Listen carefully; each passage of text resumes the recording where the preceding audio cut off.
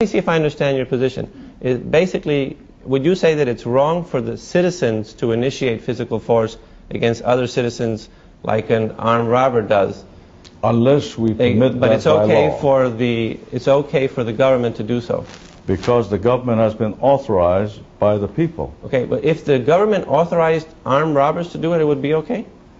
If the government is that foolish to do so, I don't know what kind of country that would be, but that's legal, and if it's constitutional, so be it. Okay, so you think that it's wrong for a citizen, an individual citizen, to initiate force against others to deprive them of their property, but it's okay for the government to do it if the majority has elected that government to. It is okay if the government is authorized to do so. The government is authorized to levy taxes, and the authorization comes from the people. Do the individual citizens have the right to initiate physical force against other citizens that have not initiated or threatened to initiate force against anybody and haven't violated anybody's property rights?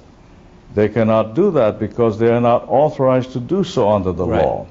So individual citizens don't have that right. If they don't have the right to initiate physical force against other citizens, could they have properly delegated that right to the government? Oh yes, they do so right now. Can you properly delegate a right that you do not have? You can give the right to their representatives to make laws that will authorize or make prohibitive certain activities. So you think that you can delegate absolutely. a right that you don't have? You can properly delegate a right that you don't have? You cannot tax your neighbor, but you can authorize me as your senator to vote for a program that will tax your neighbor. Okay, so if you say that a person can properly delegate a right that they do not have, is that correct? Yes. Okay, well, I don't have the right to use your home in Hawaii, right? But could I delegate that right to some of my friends? No way. Right, so you really can't delegate a right that you don't have. You have to have the right in order to delegate it, right? We're talking about the government here. Right, but you agreed that the individuals do not have the right. You can authorize the government.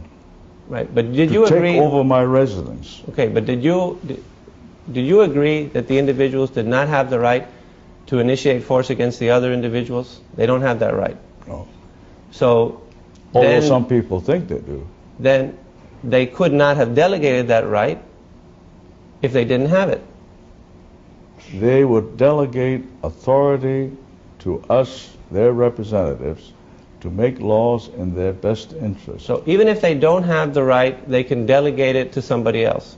To make laws that might do that. So then you think that you can actually delegate a right that you do not have. The individuals do not have the right to initiate force against others. I would suppose, as individuals.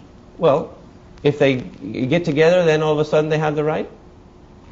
If they authorize the government to do so, yes. Well, if they nobody authorize the government to enter into a war and kill people, that's a right. It seems like there's a contradiction there as far as if you say that all legitimate governmental power is derived from the people. You agree that the individual citizens do not have the right to initiate force against other citizens, then it would seem clear that they cannot delegate that right to the government. Why don't we just leave it this way? We disagree.